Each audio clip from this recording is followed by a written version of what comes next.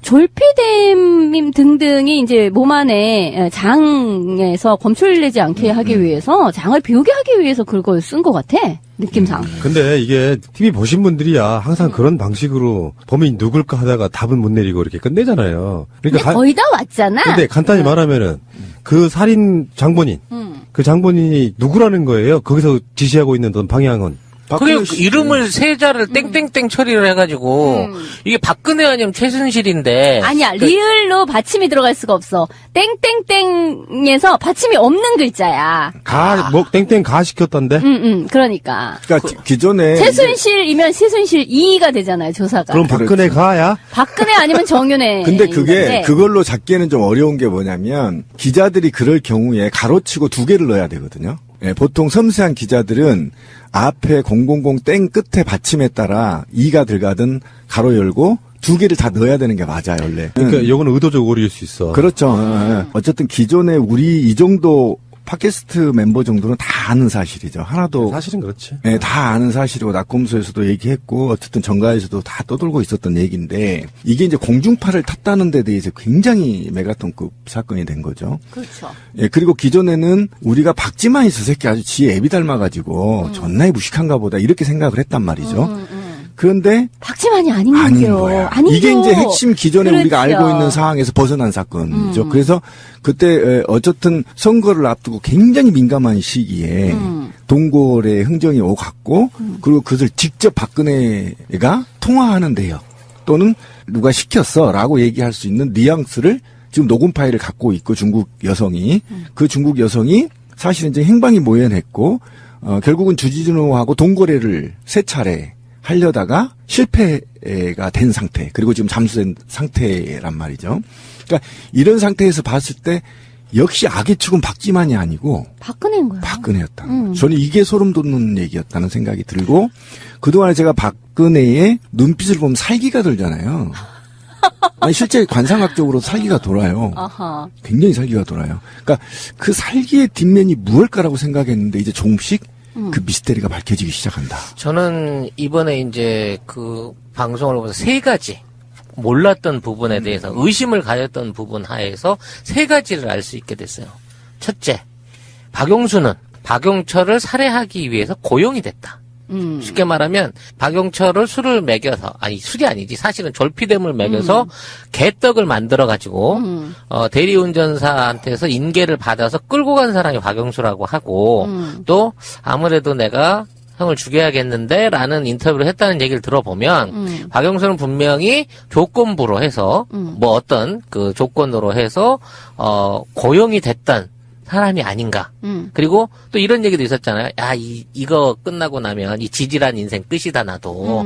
나도 이제 곧 잘 나간다. 뭐 이런 얘기였다는 거. 이게 중요한 거고. 둘째는 이제 얘가 자살이라고 보거나 그 타살의 흔적, 그러니까 실제적으로 박영철을 죽였는가 하는 부분 안에서 의심을 가졌거든요.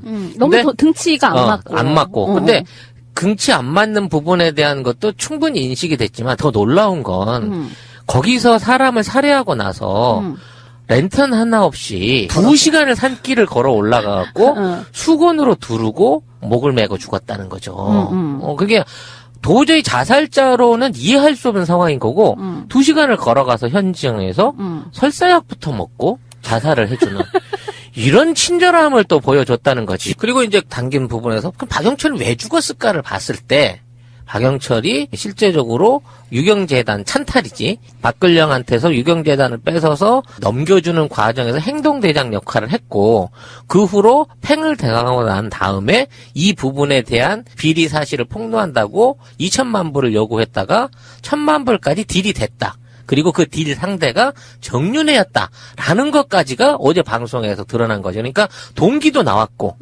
이유도 나왔고 돈이 아까워서 그런 거야. 누가 했는지도 나온 거야. 그리고 이걸 갖다가 하루 반만에 종결시켜버린 경찰의 행태나 휴대폰을 없애버린 여러 가지 정황, 필적 조사를 제대로 하지 않은 거, 주변인 조사 안 한 거, 이 모든 게 부실 수사구나. 사실상 보여줄 수 있는 내용은 다 보여줬어. 박근혜, 최순실, 정윤의 실명만 거론 안 했을 뿐이지 그 살아남아 있는 애들이 이 모든 걸 기획했고 진행했다는 거를 다 보여준 방송이었던 것 같아요. 그러니까 디테일하게 좀 이 얘기는 들어가야 되는데 얘기자면 이제 박근혜가 이제 직접적으로 공격 대상이 되고 있기 때문에 그러니까 박용수가 어쨌든 형을 살해하겠다라고 지인한테 누구한테 지시를 받았어라고 얘기했던 것은 그만큼 신뢰가 높은 사람이어야 되거든요. 굉장히 말한 사람, 서로 말한 대화한 사람. 신뢰가 굉장히 높은 사람이었고 또 내가 사촌 형을 죽이든 어쩌든 청탁을 받았다면 나한테 직접적으로 명령을 한 사람과 통화를 했을 가능성이 매우 높습니다. 거기서도 그렇게 밝혔듯이. 그게 이제 박지만이냐 박근혜냐라는 거고 그것이 최순실도 될 수 있어요. 일단은. 근데 당시의 상황을 본다면 굉장히 긴박한 상황이었기 때문에 굉장히 신뢰도가 높은 사람한테 전화를 받지 않고는 그걸 이행할 수 없다. 왜 그러냐면 용수 이야기가 굉장히 선하고 누구를 죽일 수 있는 사람이 아니고 외소한 사람이라는 거죠. 그런 측면을 봤을 때 굉장히 무게 있는 사람이 통화했을 가능성이 매우 높다, 이 집안에. 그래서 박근혜일 가능성이 매우 높고. 그리고 두 번째 이제 좀 더 디테일하게 들어가 보면 이렇게 됐다는 거 아닙니까? 1차적으로 청부살인을 용수한테 시키고 또 제3의 청부살인을 통해서 이 둘을 다 제거해버리는 거죠. 네, 그래서. 그러니까 얘기와 동기를 같이 썼다는 같이 것이 썼다는 거죠. 그게 한 사람이 아니라 두 사람일 가능성도 있는 거잖아요. 그러니까 지금 그것이 알고 있다는 3명까지 이제 거론이 되는 거 아닙니까? 통과가. 그러니까 예를 들면 망치는 다른 사람 때릴 수 있고 또는 용수가 이 살인자가 아니기 때문에 서툴렀다는 거죠. 그런데 그 법의학자들이 얘기해보면, 해부 결과 얘기해보면 전문가의 전문 솜씨라는 거야. 칼솜씨도 찔러서 돌렸다는 거죠. 15도를. 돌리면서 뺀 거거든요. 그렇게 됐다는 경우는 굉장히 전문가의 칼제비가 죽였고 용수는 거기서 보고 있었겠죠. 이렇게 봐야 되는 거예요. 보고 있었고 그것들을 같이 처리해 가는 과정에서 용수를 같이 다시 또 죽이고 제3의 살인자들은 이제 미궁 속으로 빠져버리는. 느와르 장르를 많이 보신 분들은 이 상황이 상당히 그렇죠. 이해가 가실 거예요. 누가 이제 그거를 맡아서 해결해 주기로 하되 다른 사람이 더 같이 전문가의 솜씨가 필요해서 도움을 받고 근데 그것까지도 같이 말아가지고 걔도 이제 죽게 되는 많잖아요. 느와르의 끝은 다 그거예요. 예.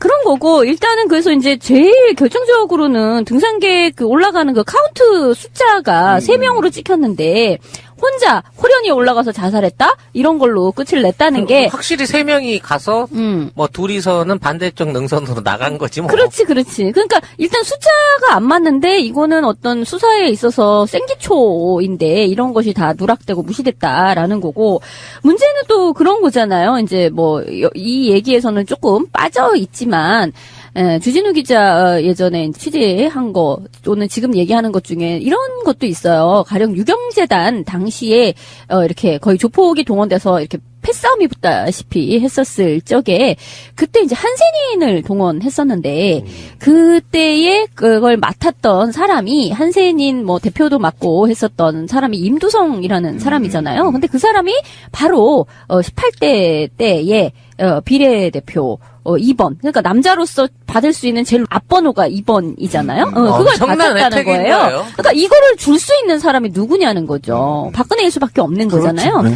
그리고 이제 박용철에게 증언을 하지 않겠다. 이걸로 이제 무마시키는 대가로 요구한 돈의 금액이 처음에 2천만 불이었는데 이제 뭐 110억까지 올라갔잖아요. 그러면 그만큼의 돈을 그것도 정윤회가 지불하겠다라고 한 거는 딜이 됐다는 그렇죠. 거지. 누구를 실드치기 위함이냐. 이건 박지만을 실드치기 위함이 아니라 결국 박근혜를 실드치기 위함이다라는 것이고 그리고 최근에 왜 여기에서 지금 이때의 상황에서 쫓기는 자는 누구였냐면 신동욱이었어요. 박근혜 박지만이 한 편이고 박근령 신동욱이 다른 편이고 이제 이런 상태였었던 건데 그때의 구도는 그래서 어쨌든 신동욱이 이제 살해의 위협을 느꼈다는 거잖아요.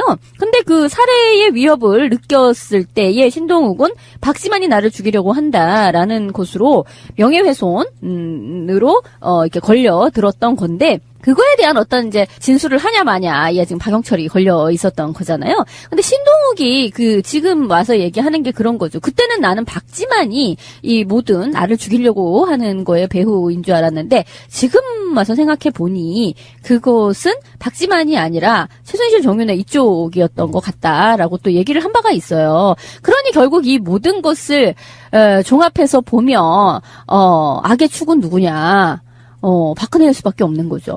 그리고 그 악의 축에 이제 마치 희생자 코스프레를 하고 나온 신동욱 같은 경우도 결국은 이 모든 게 유경재단을 찬탈하기 위한 돈싸움이었다는 얘기거든.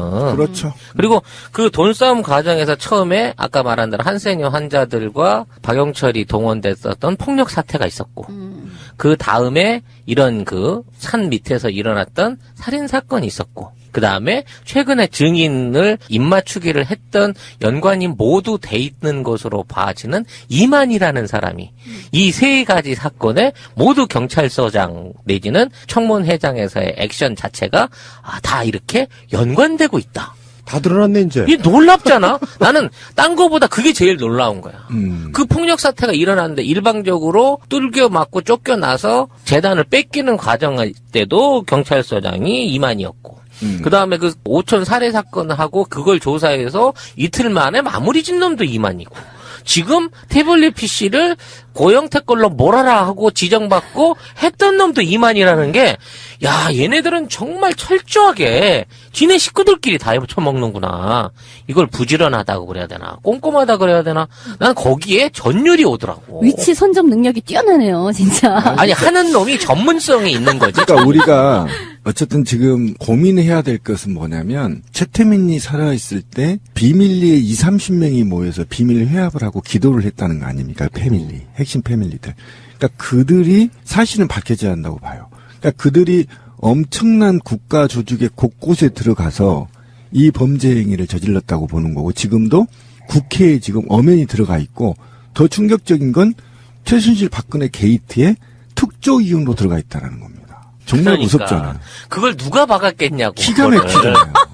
그러니까 이들이 얼마만큼 오만하고 자만한지를 보여주는 것이고요. 그리고 지금 이제 그 아래에서는 말을 하지 않았지만 우리가 한간에 얘기하는 게 지금 주진우도 지금 이제 막 자기가 살려고 하는 겁니다. 저는 그동안에 주진우가 살해 위협을 당한다는 얘기를 제가 했었어요. 집회 때 이 보디가드가 있더라고요. 굉장히 친하면서도 불구하고 이 정도까지는 좀 몰랐어요. 근데 정말 이렇게 쫓기면서 사는지는 전 정말 몰랐거든요. 그러니까 뭐냐면 지금 라면 먹고 급사한 친구 있잖아요.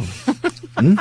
이 친구하고 제3, 제4, 제5까지 지금 살인자가 있다는 겁니다. 이 사건과 관련돼서. 그러니까 총 이 사건과 관련해서 최소 5에서 6명 정도 살인자가 나오거든요. 이거 무시무시한 건데 지금 굉장히 심각한 게 뭐냐면 그러니까 이 사건을 깊게 캐지 않기 때문에 이 세 사람의 사건으로 종결이 되지만 이후에 이 사건과 연루된 게 2-3명이 더 있다라는 겁니다.